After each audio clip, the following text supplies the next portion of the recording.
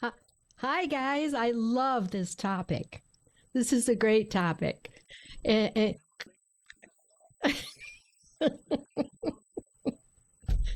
you never can tell. Well, the case with my parents, they also came with my brother. My brother has autism. He's a year younger than I am. I turned 75 today, by the way. And so I found myself going back and forth to where they lived in Key Largo. 7 times a year, I was putting 30,000 miles on our van. And sometimes I would bring them up, or sometimes I would just go visit with them. When I would bring all three of them back, uh, my brother sometimes would decide he's not going back to Florida. So that's kind of another story. But he did stay one time, and they went back to Florida. And then the next time they all stayed.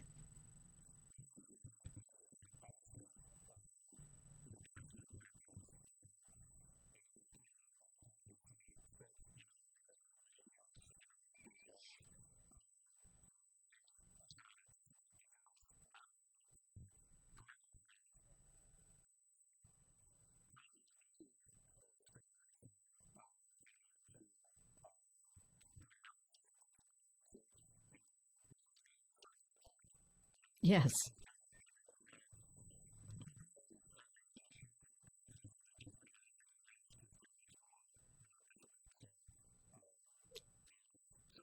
Oh,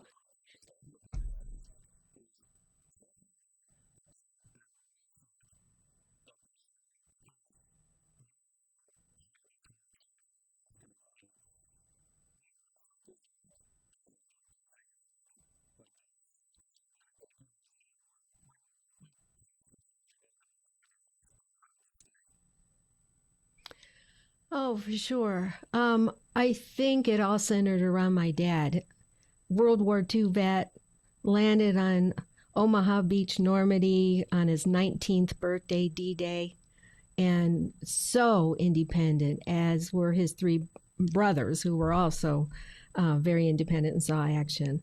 So he was the leader of that threesome. And if he would not agree to move in, nobody would be moving in. And matter of fact, I had them for a while, and my dad wanted to see his home one last time, and drove them all the way down to Key Largo. And then Steve, you had them for a while.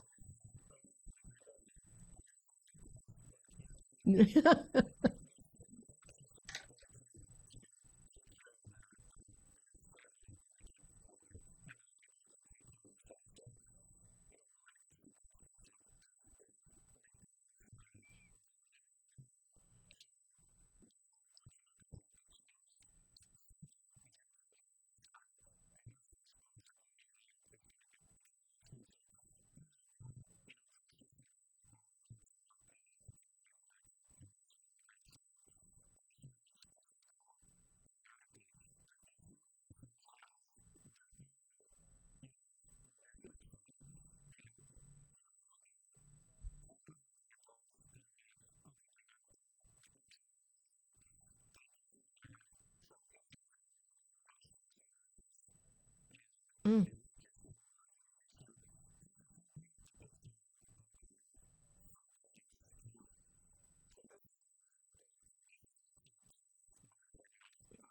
Yes, it is.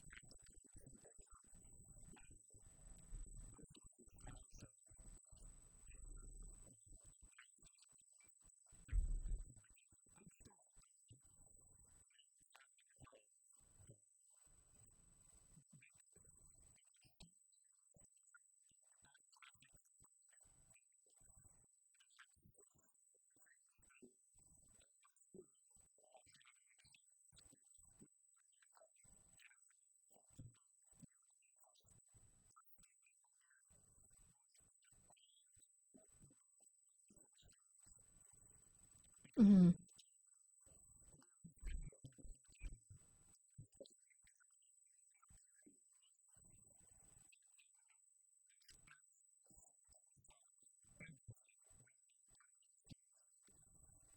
Oh, yeah.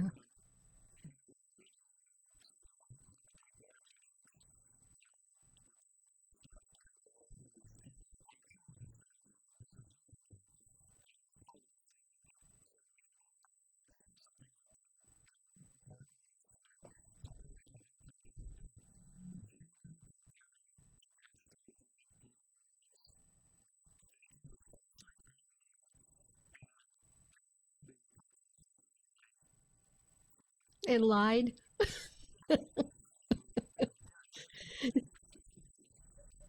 No, they really, it meant a lot that we weren't throwing their things away. It really did. So that worry then went away because they're dealing with health. They're dealing, in my mother's case, you know, losing her memory, dementia. They're just dealing with so much, and then to take everything away from them on top of that would have been too much, I think, emotionally for them to handle, me to handle, you to handle.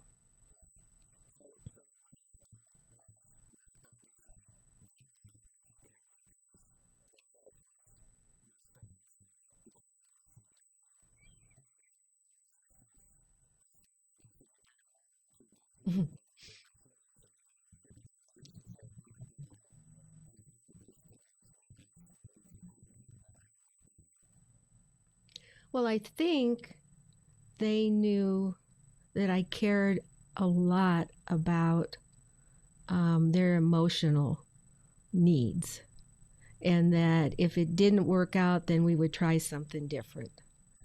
So it was never like a final thing. And when my dad then went on dialysis, that's when they had to move. And he realized they had to move.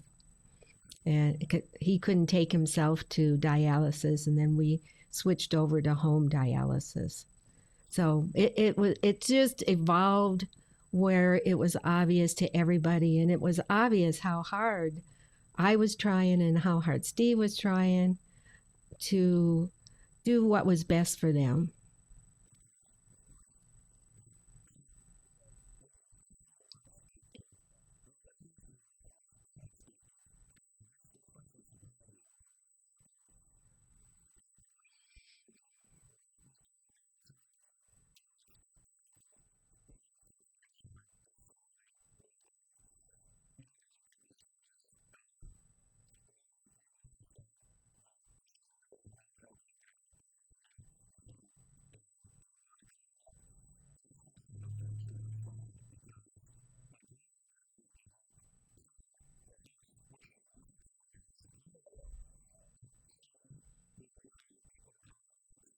Mm.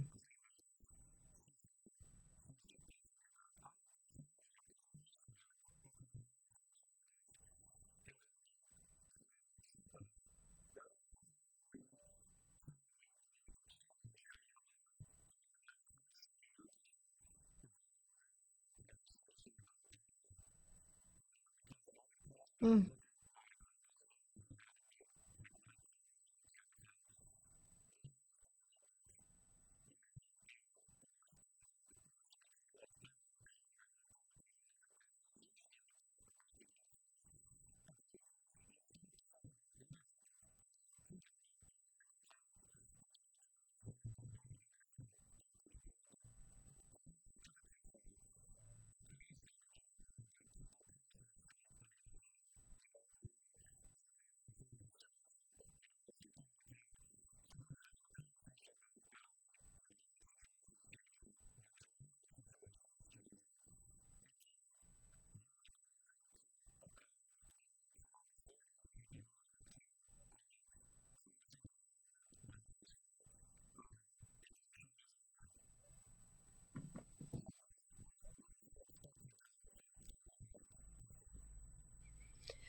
Well, at the time, it was unexpected, but when you look back, then I think, no, that made sense. Um, I dealing with three totally different personalities with respect to incontinence. All three of them were incontinent. My dad, who had a sharp mind, he knew that was necessary to wear something so he's not wetting himself or wetting the bed. My mother, no, the dementia I think was kicking in, and she'd put her pull-ups on her head or do anything. And my brother, he just would refuse. He didn't want to do that. The other thing was, I thought I could handle about anything, and I couldn't. And I even landed in the hospital. I don't know whether it was twice, but with they said it was anxiety attack. I thought I was having a heart attack. I was trying so hard once they moved in, and having different helpers that had moved in as well. And when your chest just starts hurting that bad, and you think, if I die, then what? So yeah, so those were anxiety attacks that I had, and that surprised me because I thought,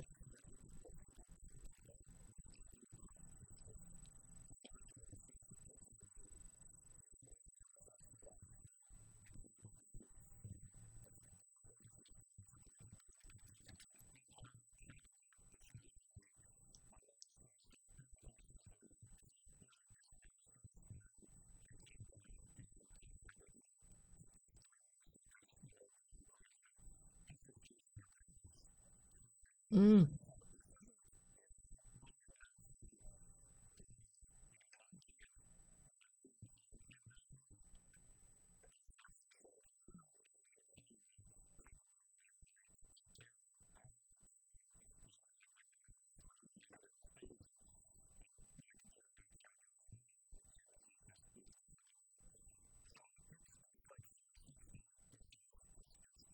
oh.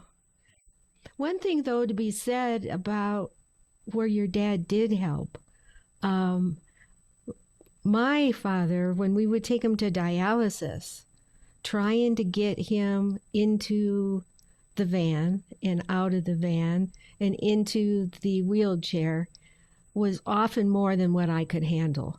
And that's where your dad, when it came to wheeling him around or getting him, you know, off the bed, onto the pot, off the bed, into his wheelchair, that's where, it was just invaluable having that extra strength.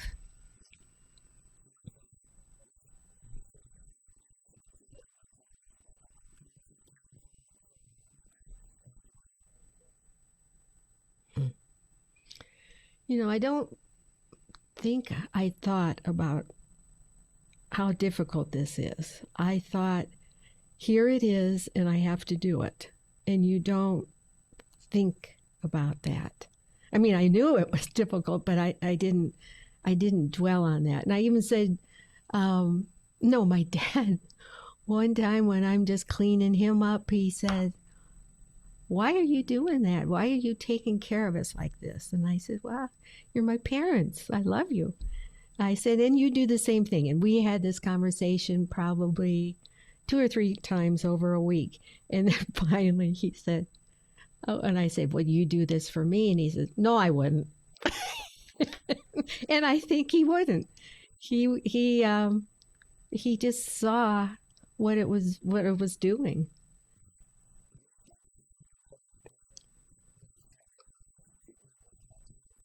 Oh yeah,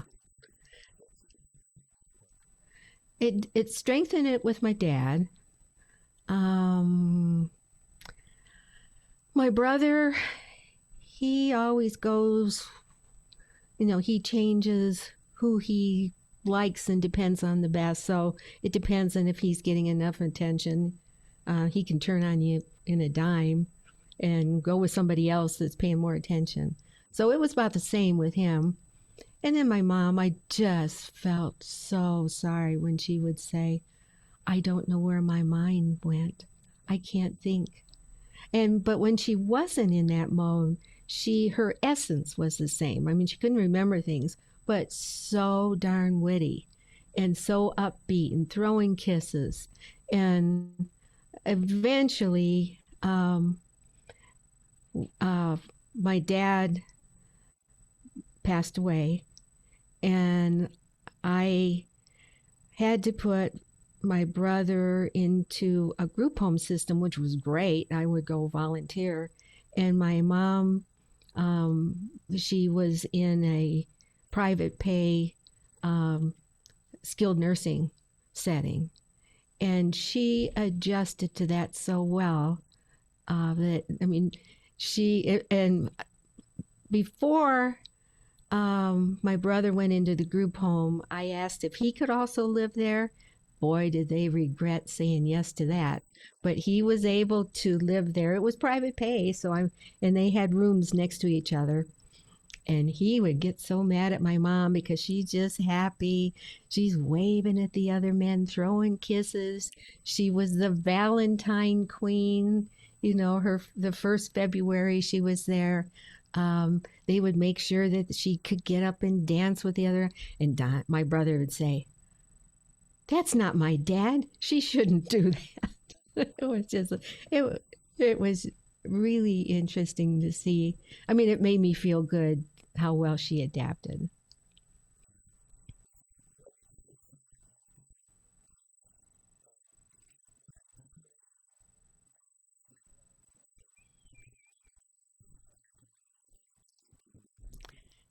Well, he passed away 2013 January. And then I still had people coming into the home and helping with my brother and my mom. And the caregiver that was there all the time, um, he passed away. And it was at that point, I mean, I really depended on him.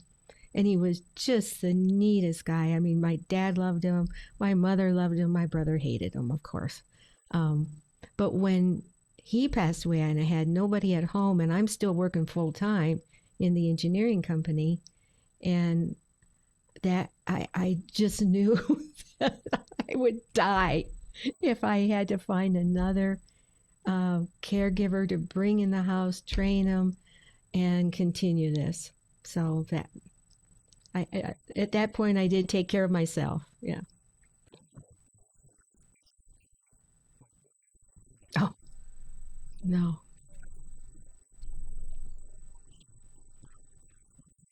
Oh,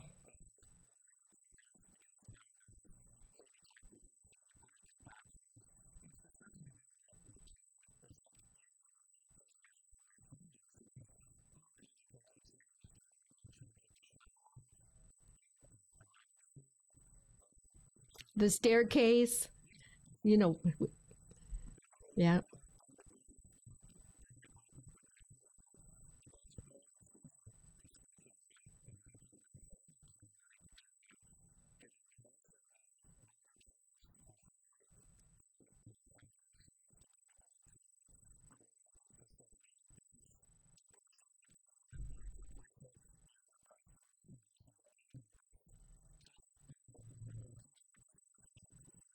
Oh yeah.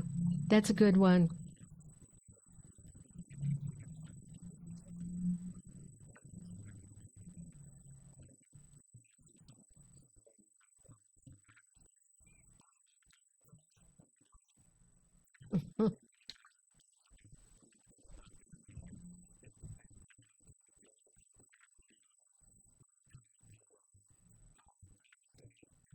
Mm.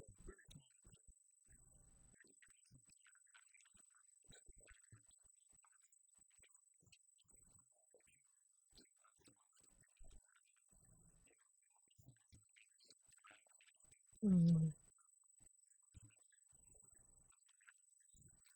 Well, it's like that. I was going to say it's like that quote that, and I don't remember who said that, but it was the best of times. It was the worst of times. I mean, it was the best that I'm giving back to them, taking care of them. There was appreciation from my dad, at least on that.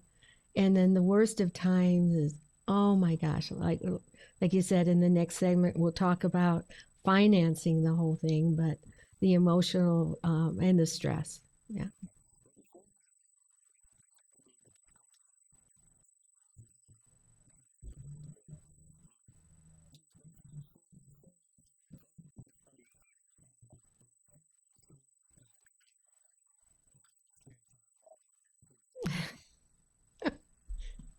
Oh my gosh.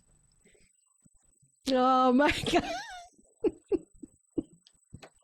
I think you should. One of the people that was living with us, I asked him to jot down all the funny things that my mother said. But the one that came to mind is tickle, tickle, where's the pickle?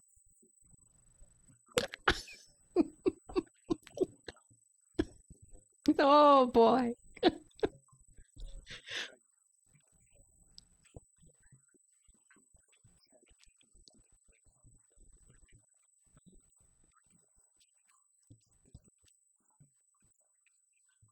Yeah.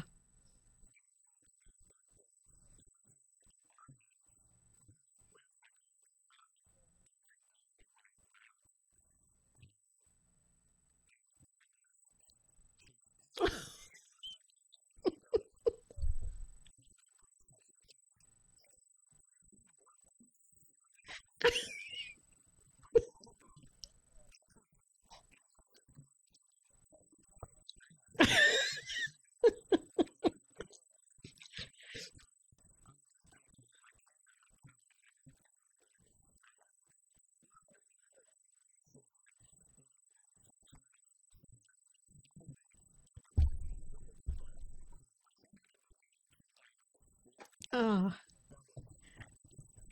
it was.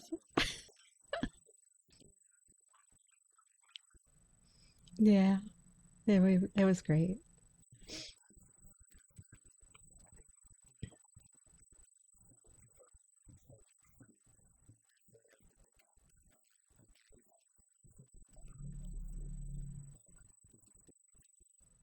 Oh, we could talk for days. No, I, yeah.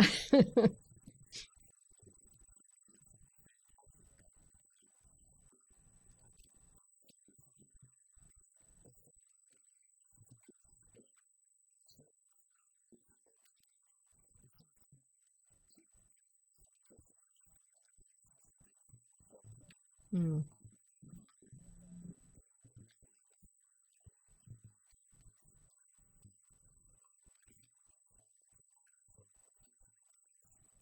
mm,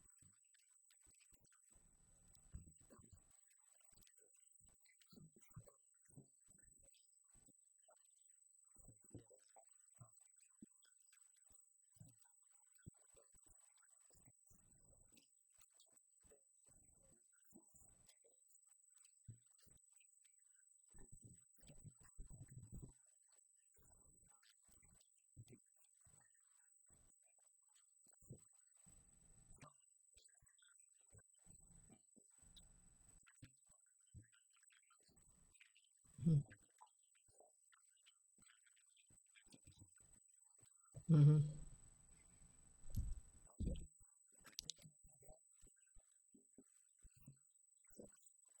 Okay, bye. See ya.